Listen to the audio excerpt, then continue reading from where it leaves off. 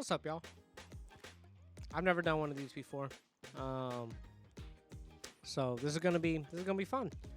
I've seen a bunch of people do videos like this. I've always wanted to do videos like this. It's not that I never wanted to. I honestly just straight up didn't know how. It literally took me forever to figure out OBS, to like route everything right. Well, that's besides the point. It's like 7 p.m. I got a bowl of beef ramen, and we're gonna break down this song. This is a song I did this past summer with a band called The Museum. The song is called Your Grace. It's a banger. It really is. I'd be lost without you. If it wasn't for your grace, I'd be drowning again. I'd be inside out. Put a lot of effort into it. Everyone involved put a lot of effort into it. It actually turned out really, really good. I'm pretty proud of it. Everybody who's involved with it, I'm hoping they're as proud of it as I am. But I had the privilege of being the main producer on the project. So my job was basically to get it off the ground floor in terms of like production. So I got it all the way to the mixing stage. And then we had a gentleman named Ryan Wilson do a phenomenal job mixing it down. And then from there, we sent it to Drew Levine, who mastered it. And man, when I tell you this man, I think he sent us the first master revision within 3 hours of us sending him the mix down. And we had 0 notes on the master. Like it was good to go right out of the box. Highly recommend him if you need a mastering engineer. But that's besides the point. So my job, basically getting this song off the ground floor to the mixing stage. The only thing I did not do in that process was recording lead vocal. Ben, the guy on the project, the guy who's in charge of the band, he had a different engineer take care of vocal production, mainly lead vocal production and some harmony stuff. I did do a few BGV stuff, and we can kind of dive into all that.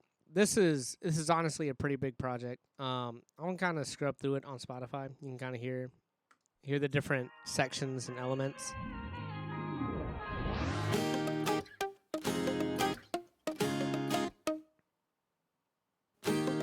I'll scrub ahead. Way to live. You never gave up on me. No, you never give up. If it was into the beat of my drum, knowing this is not who I was, but I found mercy and I found love. I tasted goodness. You can definitely hear the John Bellion influence in this project. Never changing. I'm not the same me. I'm in your love so amazing. Yeah. What would you do without a sax?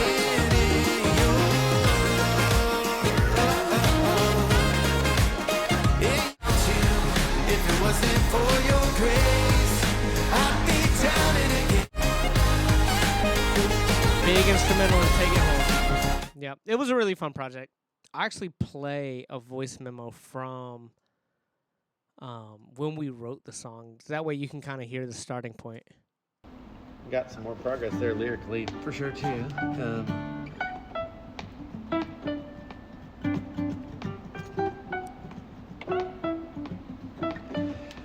I was fighting in the weight of my sin, hopeless with my life in my hand. If it wasn't for your grace, I'd be lost without you. Awesome. Oh, you never gave up on me. For the instrumental, yeah. There was a couple ideas. I'm so glad we did not keep. Like Grace, something timing wise. Only I'm walking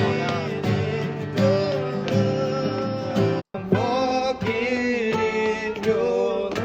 Oh, I'm so glad we did not keep that. Anyway. So that's kind of where when we were writing the song, he had it pretty well written, and then we just kind of came in and kind of like a writer's circle and just kind of like ironed it out a little bit. But even that voice memo, that was, I think, the second week that we were on the road doing summer camps this past summer. I think by the last week, it was very different. It was, the whole song was so different. The demo project was the first project. That was like the first iteration of the song. And then it turned into the master session, which is, I'm gonna just open it up so you can see how large this project is. If it'll load. This is a good ramen break.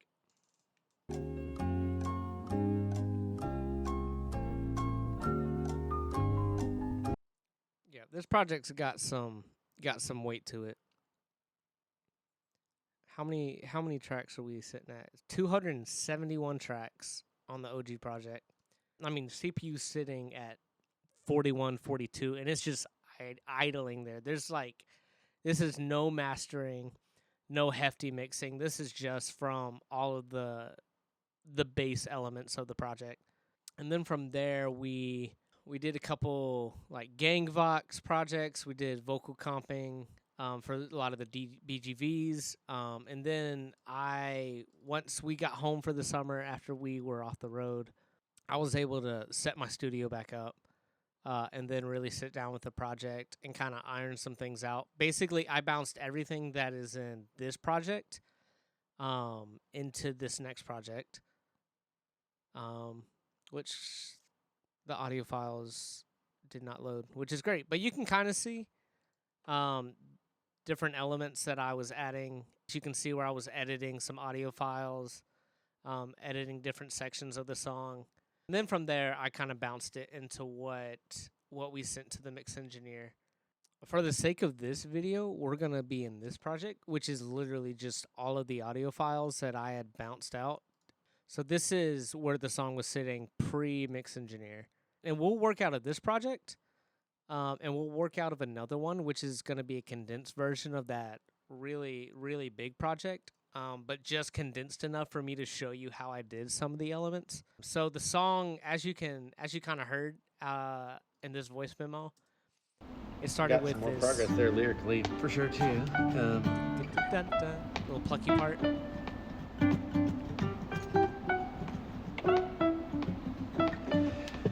And so that was actually the very first thing. I'll go ahead and open the condensed project.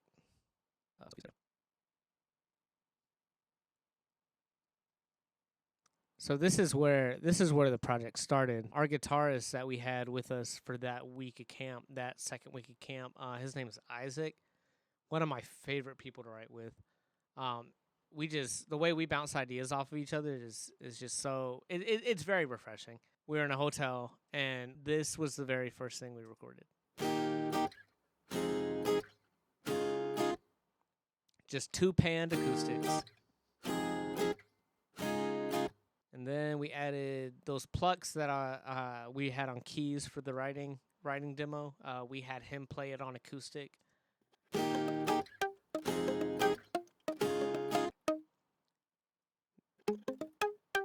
Except it doesn't quite sound like an acoustic, because in Ableton, I went in, quantized all the transients, and then I did this little transient shaping tool that Ableton has to kind of make it a little pluckier. So if I turned it all the way to 100, I'll just play the right side.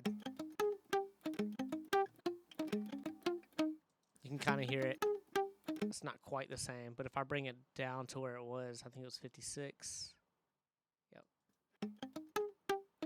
It's a much more muted pluck sound. So I did that on both sides, both left and right. And then altogether you have... And that's basically the foundation of the project right there.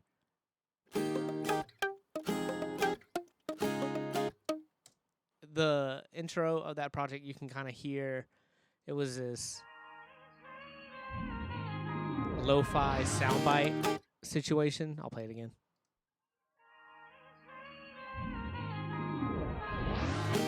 That is this stack right here. So I went on to YouTube and I found a bunch of videos, like old recordings of the song Amazing Grace. Because we knew what the subject matter of the song was going to be. It was going to be about grace and your grace.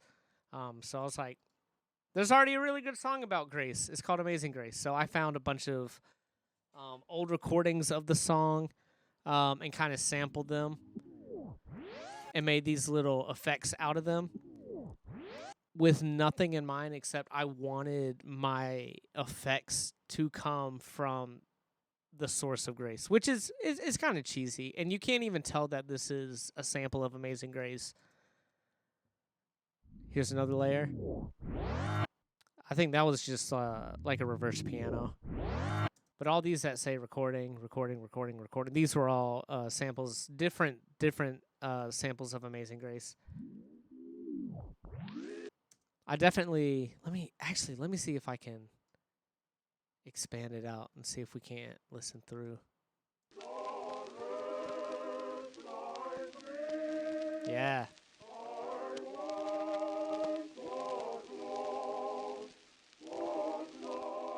And then this right here is what really makes that opening segment. So the museum has another song that they have put out called The Grace of Jesus. Once again, the subject matter of grace. I was like, it'd be a really cool way to kick off this song is if we had a sample of the grace of Jesus just kind of fading in, filtering in into the plucks. And so that's literally what this is. So all together you get. Of course, there's a lot of automation happening. Let me see if we can't see what all's happening.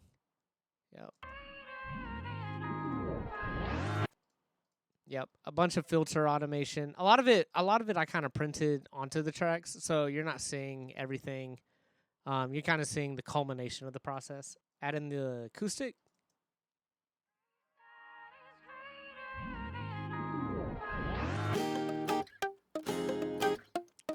And we're rolling.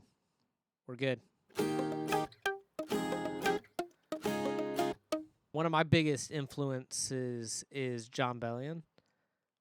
Growing up, he was my inspiration when it came to music production, and I've always wanted to make drums like him. I've always wanted to make arrangements like him.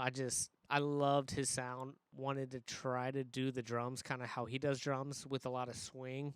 They kind of feel drunk almost. So we start with this kick. I have this kick sample right here.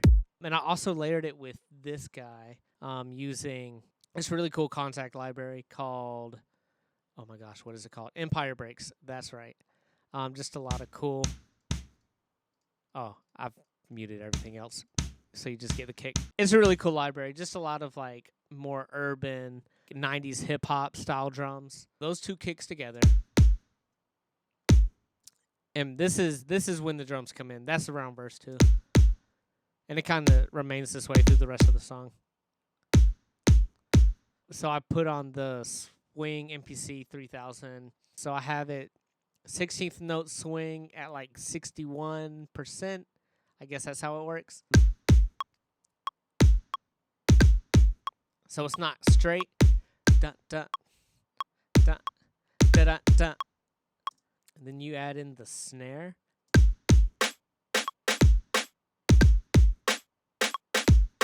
If you bring in the acoustics,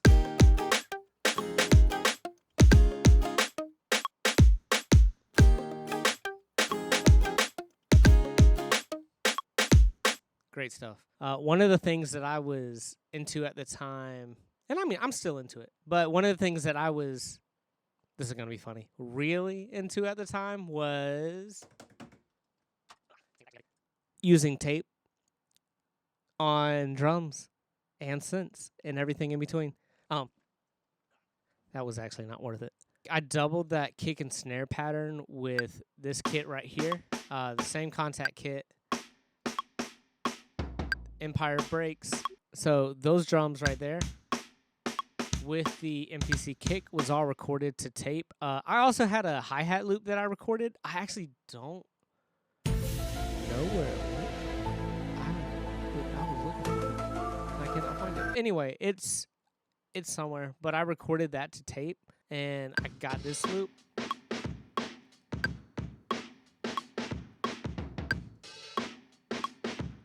use the API channel strip on it. So without it, it sounds very dead, very muffled. But use the API to kind of bring a little more life into it.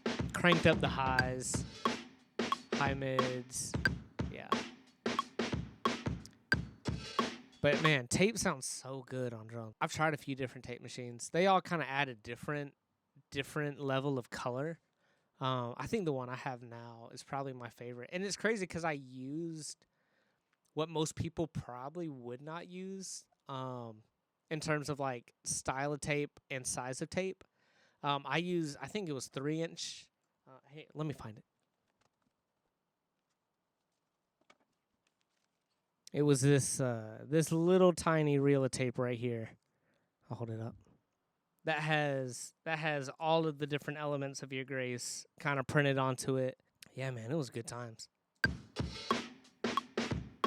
So all the drums, tape drums, you can kind of hear the snares phasing a little, and that was definitely resolved down the road. This is, like I said, we're in the starter session, where the song kind of started from. Another thing that really made this track come to life was, oh, this is so stupid.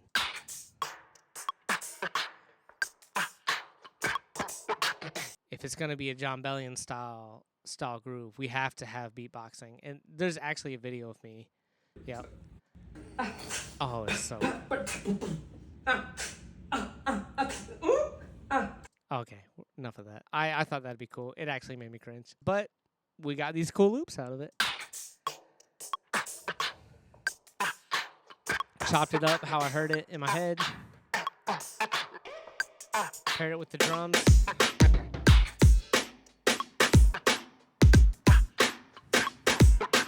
Add the acoustics.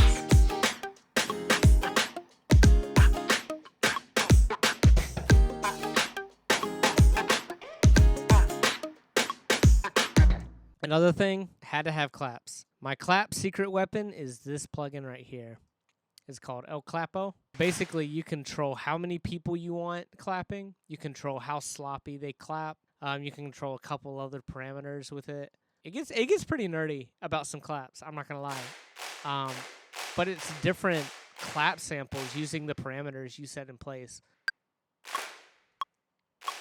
That's the plugin. I also added this clap sample on top, just kind of give it a little more attack on the 2 and 4.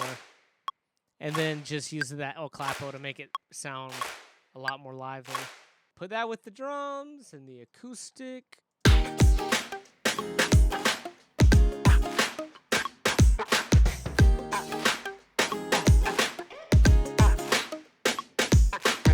There was also some live percussion stuff that I did. So I added my own cymbal swells. I literally could have dragged in a sample, but I thought it'd be cool if I recorded my own. And so that's just transition swell. I also set up, it was really dumb. I set up a mini percussion rig when I got home for the summer. And I had like cowbells, wood blocks, all to make this crappy loop right here.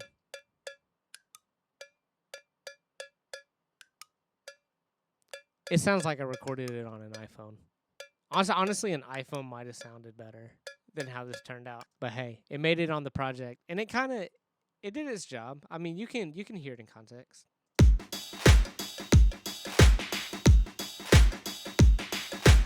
Another thing I added was this ride cymbal on the upbeat. It's kind of helped it groove a lot more.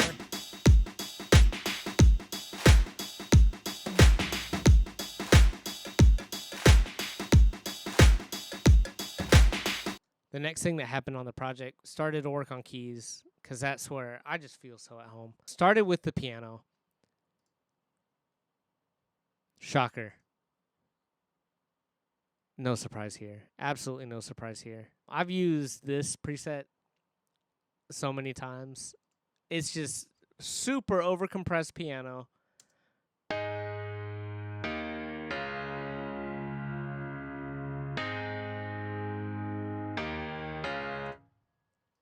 it does the job. There's nothing more you can want from it. Double that with this synth brass right here.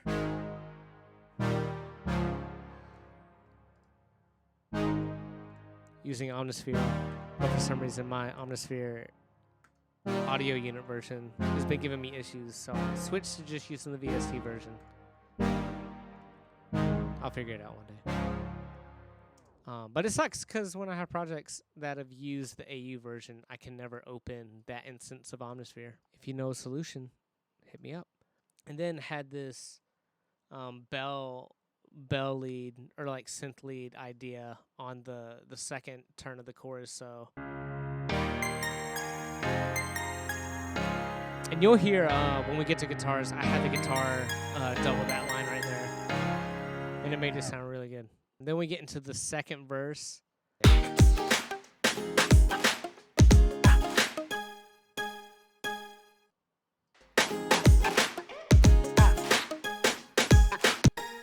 Some nice bells right there. Omnisphere, of course. This next section. And that is, I think it's Book of Memories. Yep, Book of Memories, which is a really cool patch. What synth is it? Juno 60. Great. The other part in verse 2 that just really stands out. This is probably in my top 3. Oh, let's say top 5 favorite parts of this song. Is this line right here. That was one take. It was a really bad take, but when I quantized it and added that swing groove to it, man, it sounded so good. And that's this preset out of Omnisphere. The only thing that changes from first pre-chorus to second pre-chorus is second I added, it looks like just these 2 layers from Playbox, which is a contact library. It's super cool. Like, I'll just play it real quick.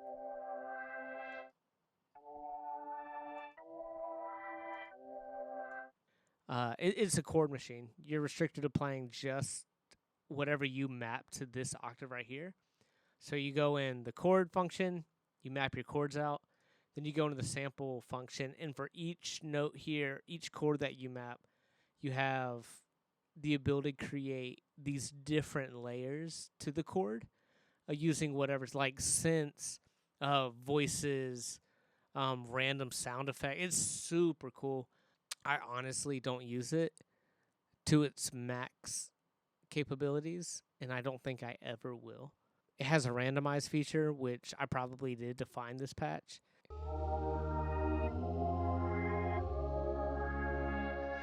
The only thing that's different about the second chorus from the first keys-wise is I added this lead synth on the second half.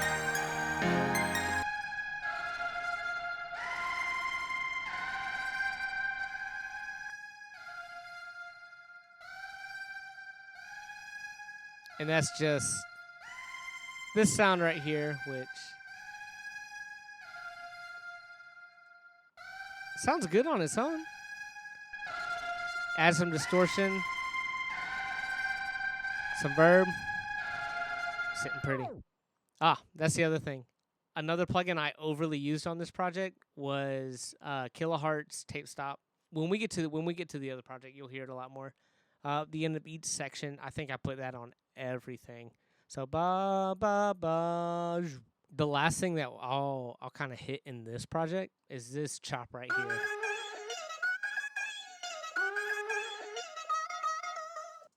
So I think that is this sample right here. You put food on my table. You've been the lawyer in the courtroom. I think it's a combination of those two samples. And then I added this sound out of, I'm pretty sure it was Logic. Yeah, I think I found that in Logic, recorded it out, bounced it in Ableton.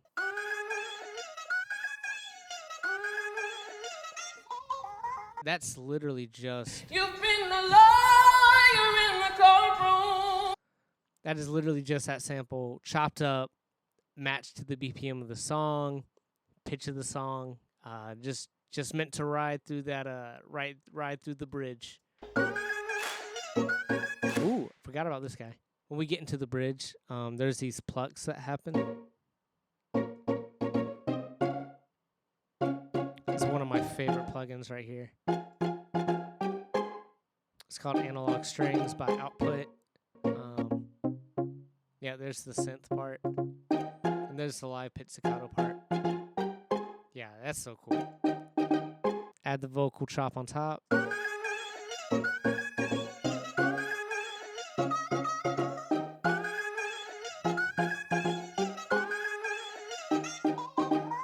So I switched sessions. We're now in the session with all the audio files that we sent to the mix engineer. I kind of grouped everything where they needed to go, added the locator so I knew where in the song we were. Here's all the drum parts we already went over. Breakdown session. We can go over the effects. I'm a big sucker for different sound effects, ear candies, Foley's, textures, stuff like that. I think they just add so much life and character to tracks. For example, this first chorus right here, this track's not going to have a lead vocal on it.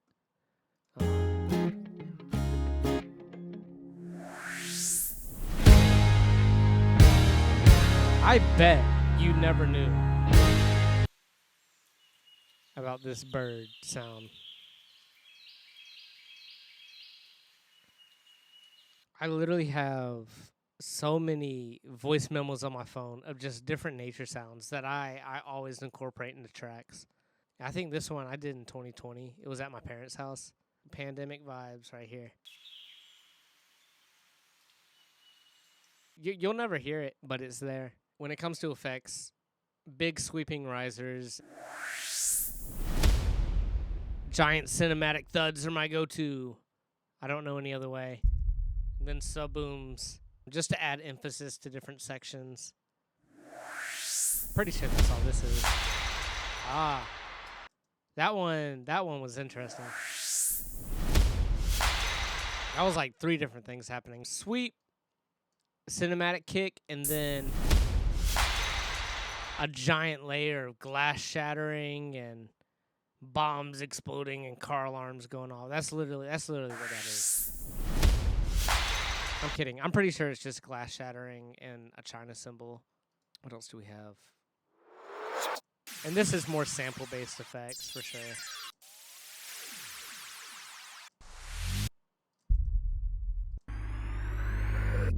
Just different transition elements to add flavor to the track. Another fun thing that we did was on this track right here. Here we go.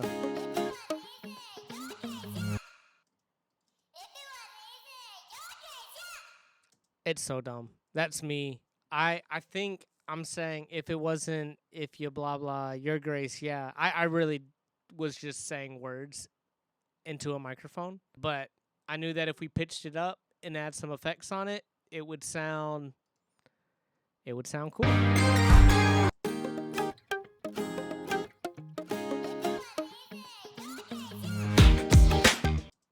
Super dumb, but super fun. I guess we can call this effects 3. This happens during the sax solo. It's just different, like synthesizer. I had a synth at the time that I definitely recorded these with. Yeah, these were all real hardware synth samples. There's a whole lot happening during that part.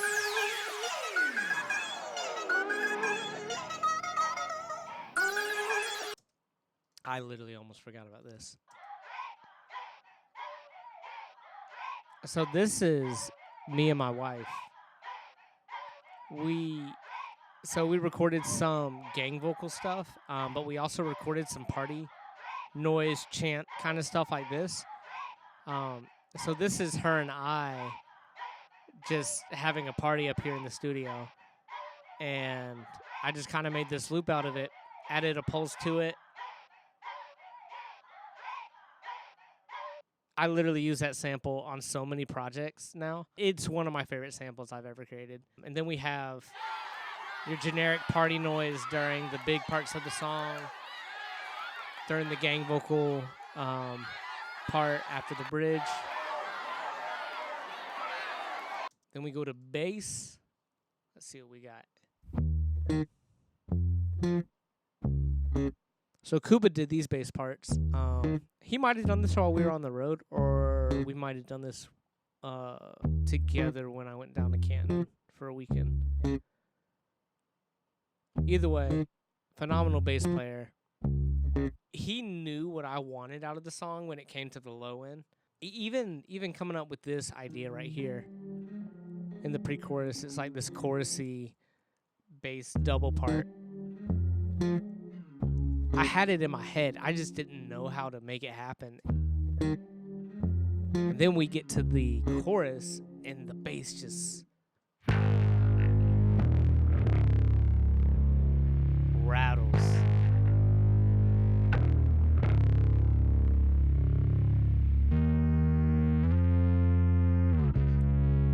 I definitely did some processing on it at this point. It sounds more synth-like than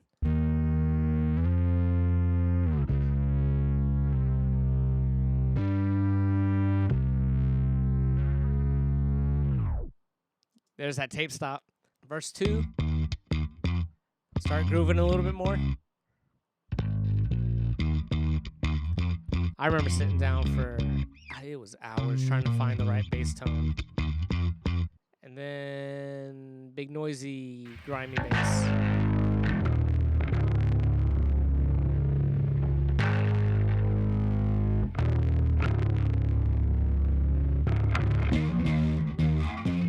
Big wide bass. It's all over the place, which is crazy. Like, I don't think I would ever do this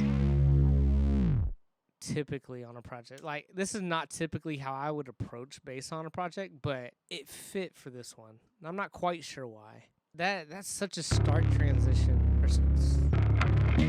The difference between those two is so, but it works. I don't know why. Let's hear it in context.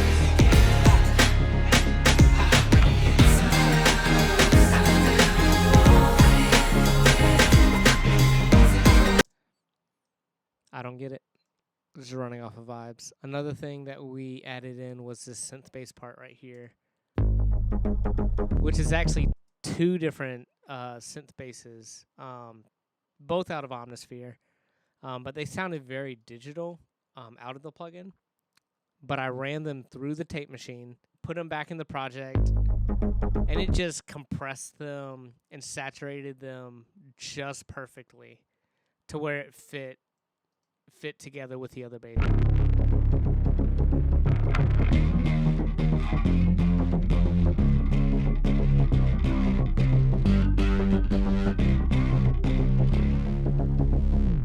Without this bass, this section doesn't feel the same. I'll solo drums, effects, bass, and see what we got. This is without that synth bass group.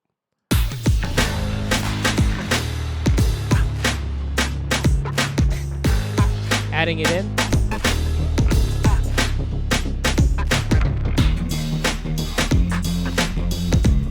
Without.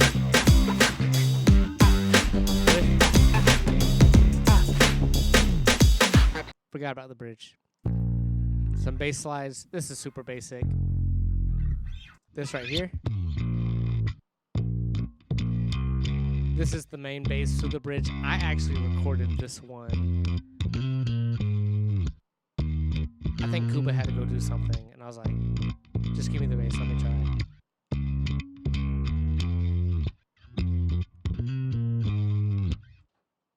I used this guy, this little Behringer Minimo clone situation. I used this to kind of add a little more groove on that bridge.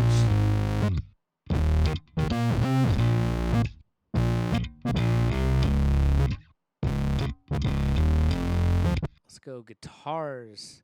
Isaac did all of the electrics. I think the first element that shows up is this muted section in the first verse. And I think it loops throughout different parts of the song. Then we get to that first chorus. That first chorus has these guitar swells on the second half, kind of panned over to the right. Tape. And then that synth bell line had it doubled right here. I really love the whole octave guitar sound.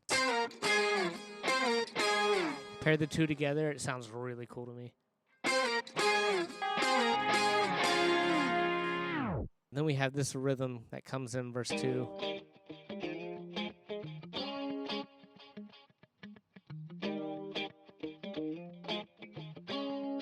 And we do a call and response situation.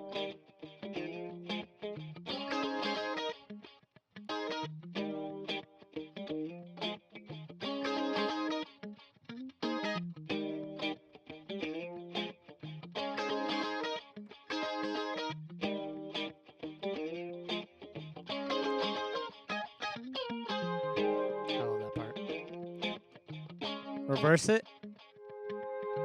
Main chorus again. Oh, this guitar is a little different than that first one.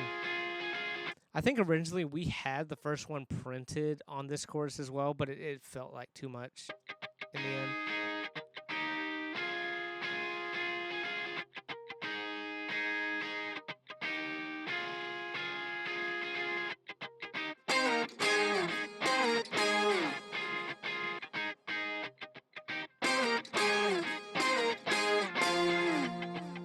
And then we have that muted. Oh, no, this one's different. Yeah, this plays at the top of the bridge.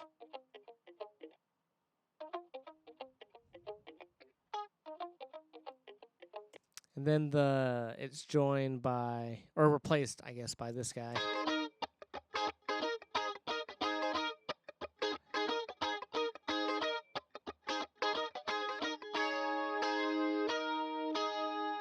And that just kind of grooves the rest of the bridge. Then we get to the chorus. And that's a lot of the same right there. When we get to that refrain, after that chorus, we add in these guys. Which is this one's kind of a copy of what was happening in the bridge. So the bridge is...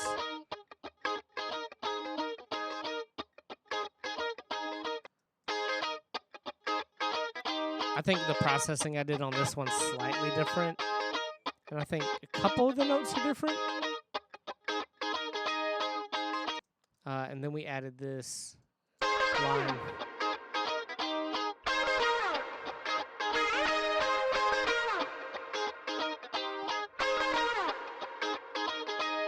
Guitars, bass, effects, and drums all together.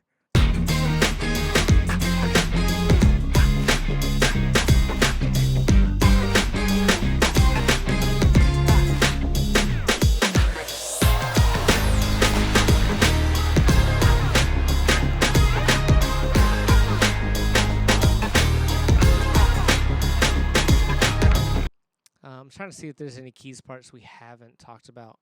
I did these layers during the sax solo. I was experimenting a lot with the Nord Stage 3 synth section, just trying to see what all it could do, and I made these really cool.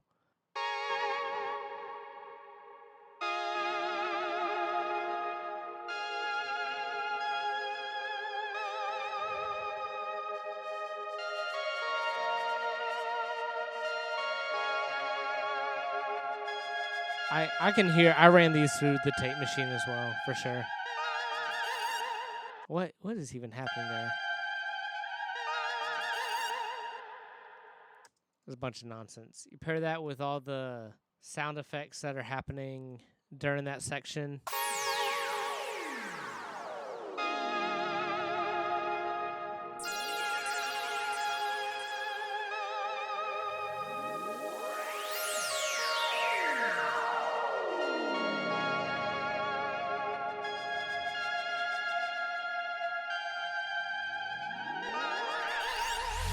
Also added this upright piano riff throughout the bridge. And that was using, I think, the black upright on the Nord Stage 3. I did the same thing I did with the guitars in the beginning, just some transient shaping on it, quantized and transient shaping.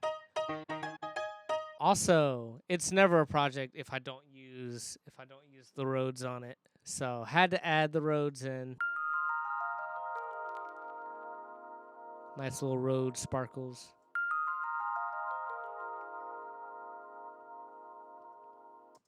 Another thing I forgot to go over is these rhythmic synth layers. So this is like a rhythmic piano. Just kind of adds a little bit of a pulse getting out of that first verse. And then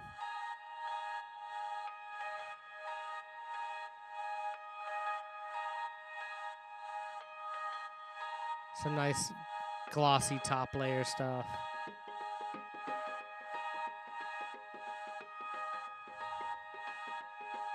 Big fan of the Juno sound. So using this guy actually, I recreated a Juno-like sound on it. It's going to sound very weird on it. So I'll put it with click. It'll sound very weird.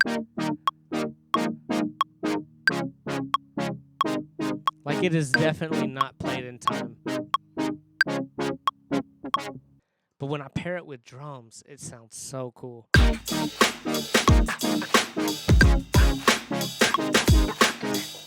Just super behind the beat. That's definitely in my top 5 favorite parts too. All the synths together during the second chorus.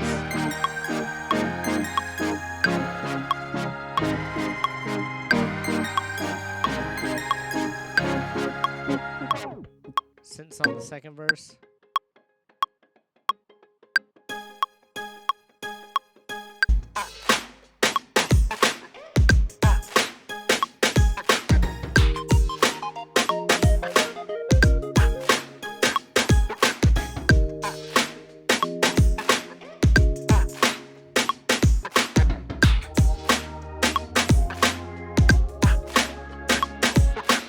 This one's super straightforward. Just a lot of harmony, BGV stuff. Ben's wife did a lot of this stuff. She has an incredible voice. And I literally just used it to create really cool vocal stacks.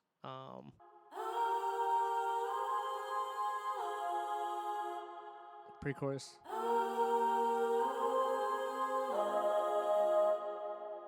Yeah. She also did some harmony stuff.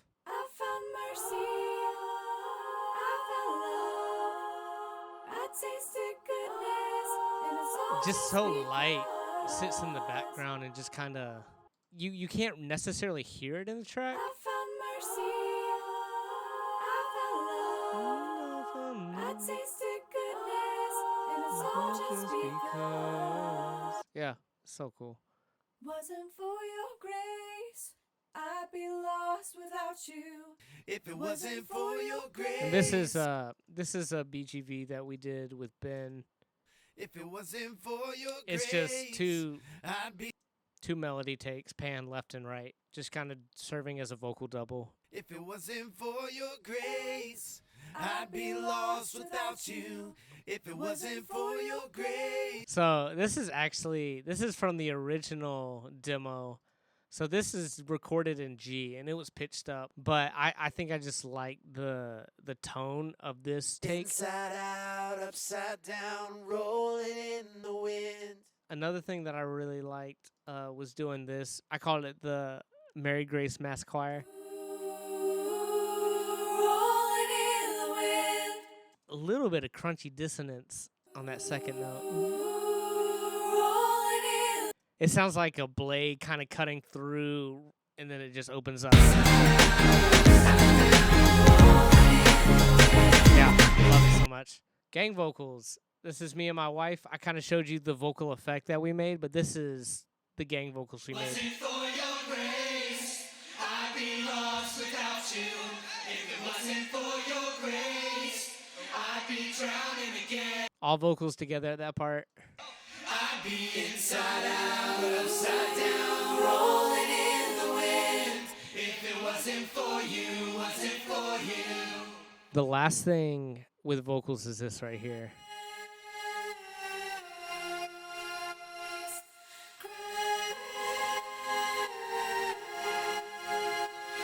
So everything in at this section.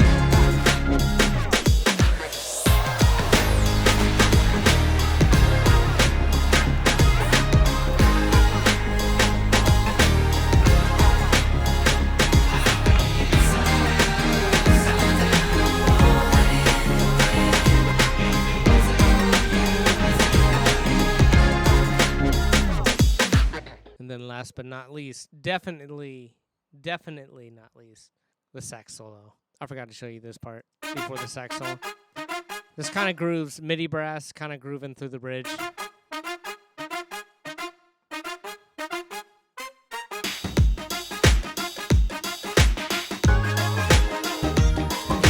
Then we get to the main event.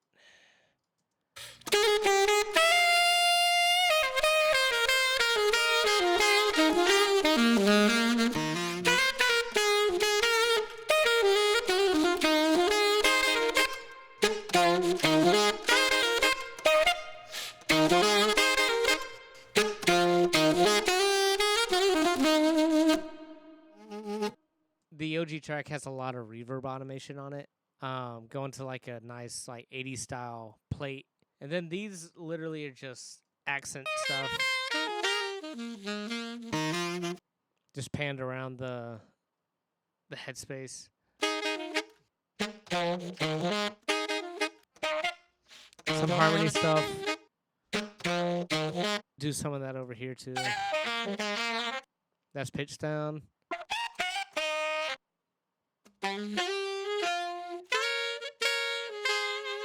Harmony stuff.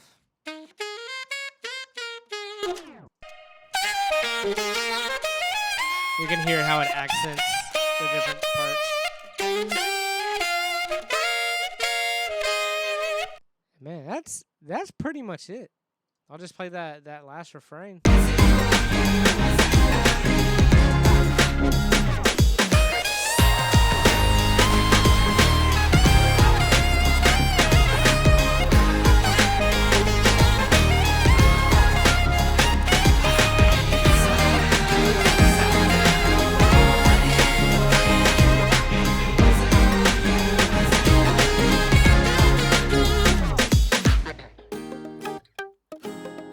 Had to end like we started. And that's the song. Thank y'all for watching. Hopefully I'll do more stuff like this. Until next time, y'all have a good one. Go stream the song. It's a really good song.